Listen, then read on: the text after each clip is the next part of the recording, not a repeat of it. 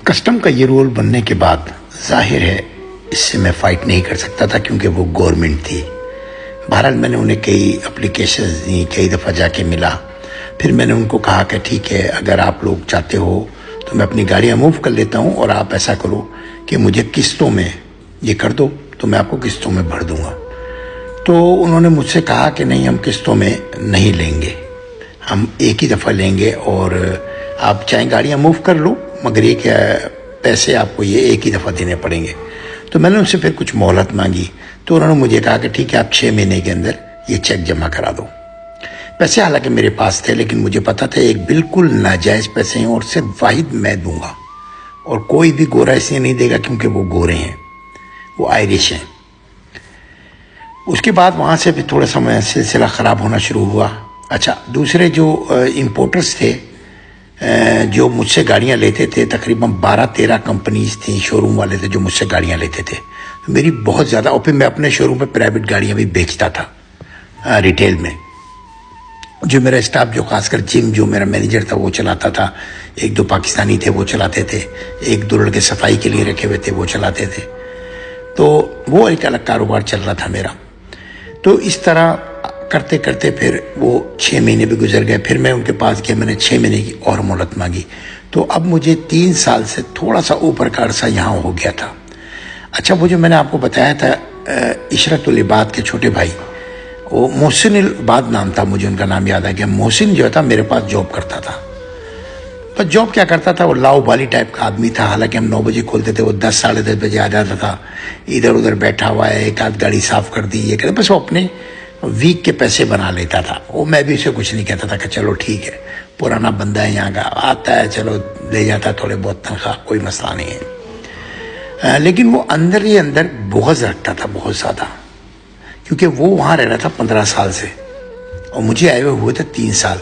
वो देखता था मेरा कारोबार बहुत है, मगर वो इंसान ये नहीं देखता था कि मेरे कारोबार इसलिए है कि मैं अपना पैसा लेके आया हूँ यहाँ, मैं अपना कारोबार लेके आया हूँ, अपनी गाड़ियाँ लेके आया हूँ, इस वजह से मेरा कारोबार चल रहा है। एक दफ़ा ऐसा हुआ कि मुझे लैपटॉप की ज़रूरत पड़ गई। उस ज़माने में नया नया लैपटॉप चला था। तो मैंने उसको कहा कि यार तुम अपने नाम से, कंपनी के नाम पे नहीं मिल रहा क्योंकि इसका क्रेडिट नहीं है, तो तुम अपने नाम से एक लैपटॉप मुझे दिला दो, तो वो मैं भर दिया करूँगा। तो उसने अपने नाम से मुझे एक लैपटॉप दिला दिया था, जिसकी फीस नहीं थी। मैं ये चाहता था कि कोई क्रेडिट बन जाए कंपनी का किसी तरह ना, मगर वो क्रेडिट बनने के पहले ही कुछ ऐसा हो कि 2-1 महीने के बाद से उसने मेरे यहाँ से जॉब छोड़ दी। और वो एक लड़का आया हुआ था, उसका नाम भी आसिफ था, वो अमेरिका से एक लड़का रहता है योकोहामा में, हारिस। बिल्कुल ही बेकार, बेशरम, बेगैरत टाइप का लड़का है वो, जो हारिस है। ये बर्मी है। बर्मी अमूमन ऐसे ही होते हैं। जो मुझे बर्मी मिले सारे ऐसे मिले। एक और बर्मी मुझे मिला जो मेरे पिछवाड़े में घुस गया था, दोस्ती दोस्ती दोस्ती। अल्लाह का शुक्र है मेरी उससे भी जान छूटी। और अब ये जो दूसरा बर्मी, ये जो बर्मी था, ये मेरे साथ अक्सर मिलता जुलता, खाना पीना करता था, मेरे ऑफिस के करीब ही रहता था ये। इसने मुझे फ़ोन किया कि मेरा एक कज़न है, वो अमेरिका से आ रहा है, उसकी प्लीज़ मदद करें, प्लीज़ मदद करें। तो जो आसिफ आया तो वो हेल्थ बंदा था, उसके पास पैसे वैसों का इतना मसला नहीं था, लेकिन वो कराची वाले चापलूस किस्म के लोग नहीं होते। वो आज अगर मेरा वीडियो देख रहा होगा तो बेटा आसिफ, मैं तुम्हें बहुत अच्छी तरह जानता था कि तुम किस तरह के बंदे हो, लेकिन मैं अल्लाह पे यकीन करता था, इसीलिए तुम्हारी मैंने मदद की थी। तो मैंने उसको कहा कि भाई मेरे पास तो जगह नहीं है, मैं तो अपनी गाड़ियों में तुम्हारी गाड़ियाँ शामिल नहीं करूँगा। तुम अगर चाहते हो गाड़ी का काम करना जापान से, तो अपनी गाड़ियाँ मंगाओ, अपनी जगह लो, अपना काम, मैं कंपनी रिस्टार्ट करा देता हूँ। ये छोटे मोटे काम मैंने उसके करा दिए। अच्छा, जब वो काम हो गया तो उसका अपना अलग शोरूम था, अपना अलग। ये मेरी बहुत बड़ी गलतियां हैं जो मैं आपको बता रहा हूँ, जो आजकल लोग नहीं करते। लेकिन उस पर मैं ये कहूँगा, इन गलतियों की वजह से ही अल्लाह ने मुझे इतना दिया है। मेरे पास आज अनकाउंटेबल मनी है, मेरे पास आज बहुत काम है, लेकिन मुझे हर आदमी बिल्कुल साफ और नंगा नजर आता है। जो मेरे करीब थे ना, चोर, कज़न, भाई, रिश्तेदार, मुझे नंगे नजर आते हैं। इसीलिए मैं इन लोगों से अब रब्ता नहीं रखता। बहरहाल वो आसिफ साहब को मैंने वहाँ सेट करा दिया, और इस तरह मेरा कारोबार भी चला था। तो वो जो थे मोहसिन इबाद साहब जो थे, वो मेरे यहाँ से जॉब छोड़ के छोटे ज़्यादा पैसे मिलने लगे तो आसिफ के एडवाइज़र बन गए वो। उसका काम भी करें, गाड़ियाँ भी खींचें, ये भी करें, वो भी करें। बस वो तो थे ही मैले आदमी, मेली फैमिली थी पूरी।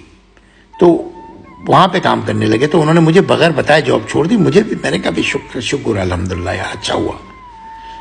तो उन्होंने क्या किया कि फिर वो आसिफ मुझसे इख्तलाफ करने लगे छोटी छोटी बातों पे।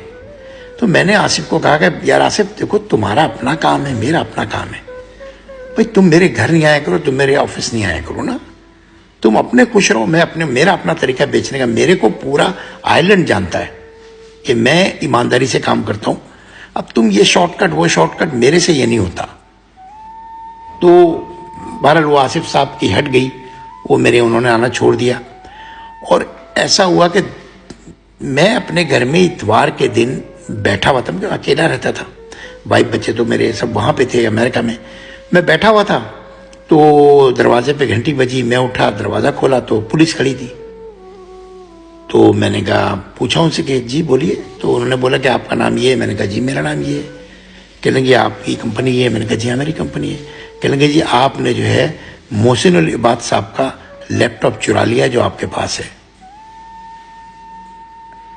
मैंने कहा एक्सक्यूज मी, आप रिपीट करेंगे? मैंने क्या कहा आपने? कहने लगे आपने उनका लैपटॉप ले लिया है, वापस नहीं दे रहे। मैंने कहा हाँ ये वर्ड्स आप ठीक कह रहे हैं, लैपटॉप उन्हीं के नाम है मगर किस्तें मैं भरता हूँ। कहने लगे नहीं, कानूनी तौर पे ये आपका नहीं है, तो क्या हम अंदर आ सकते हैं? मैंने कहा बिल्कुल आइए।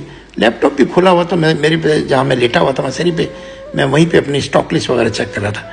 तो उन्होंने लैपटॉप बंद कर दिया कि भाई ये हमारा है। मैंने कहा एक मिनट, इसके अंदर जो मटेरियल है वो मेरा है, मुझे डिलीट करने दें। खैर मैंने वो USB में सब सेव किया और उसको डिलीट करके उनको दे दिया। तो उन्होंने मुझसे कहा कि ठीक है, आपने कोई हमसे बहस नहीं की, आपने ईमानदारी से बता दिया कि उनका है, तो हम आपको अरेस्ट नहीं कर रहे ना हम आपको। खैर उन्होंने काफ़ी, यही मेरे लिए बहुत बड़ी ज़िल्लत थी, एक सैयद के घर पे पुलिस आए। तो वहाँ से वो अपना लैपटॉप ले गए और मेरा मोहसिन उल इबाद साहब से डिस्कनेक्ट हो गया। उसके बाद वो मुझे मनुष्य शक्ल कभी उन्होंने मुझे नहीं दिखाई और ना मैंने अपनी शक्ल उनको दिखाई। कहीं मिले भी नमाज वगैरह तो मैं निकल गया। अच्छा ये हुआ। इसके बाद मेरे 3 साल पूरे होने वाले थे। आपको याद है जब मैंने नेशनलिटी अप्लाई की थी तो उस इमिग्रेशन अफसर ने मुझे कितना जलील किया था।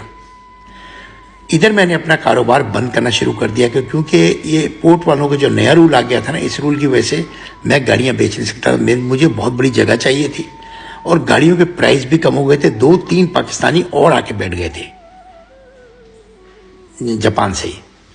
एक मेरे बहुत पुराने दोस्त थे, दोस्त क्या बस वो मतलबी टाइप के दोस्त थे, वो भी वहाँ आ गए थे। उनका भाई आ गया था मकसद, वो भी वहीं सेटल हो गए थे। मैंने जो मदद हो सकी मैंने की थी बहरहाल उनकी। तो 3-4 हो गए थे। तो अब जो प्राइस जो है ना, मेरा कस्टमर बहस करता था। पहले मैं कहता था $6,000 वो दे देते थे, पहले मैं कहता था $5,000 वो दे देते थे। अब वो बहस पे आ गए कि फला आदमी इतने की दे रहा है, फला आदमी इतना लंबा उधार दे रहा है मुझे, 30 दिन का 40 दिन का तुम भी दो। तो कारोबार थोड़ा सा शेडी हो रहा था। तो मैंने डिसाइड किया कि यार 3.25 साल होने वाले हैं, अब कारोबार ख़त्म करो यहाँ से। उसके बाद मैं तैयारी कर ही रहा था कि आस्ता आस्ता गाड़ियाँ बेच रहा था और निकलने के चक्कर में था कि मुझे एक पोस्ट कार्ड आ गया। पोस्ट कार्ड कहाँ से आया? पोस्ट कार्ड मुझे आया इमिग्रेशन से, होम अफेयर से, कि आपकी नेशनलिटी अप्रूव हो गई है, तो प्लीज़ मेहरबानी करके आप अपना नेशनलिटी जो सर्टिफिकेट है ना नेचुरलाइजेशन का, वो आके पिक कर लें। और फिर ये एक मेरी ज़िंदगी का एक अलग मोड़ था जो मैं आपको अगली किस्त में बताऊंगा। अस्सलाम वालेकुम।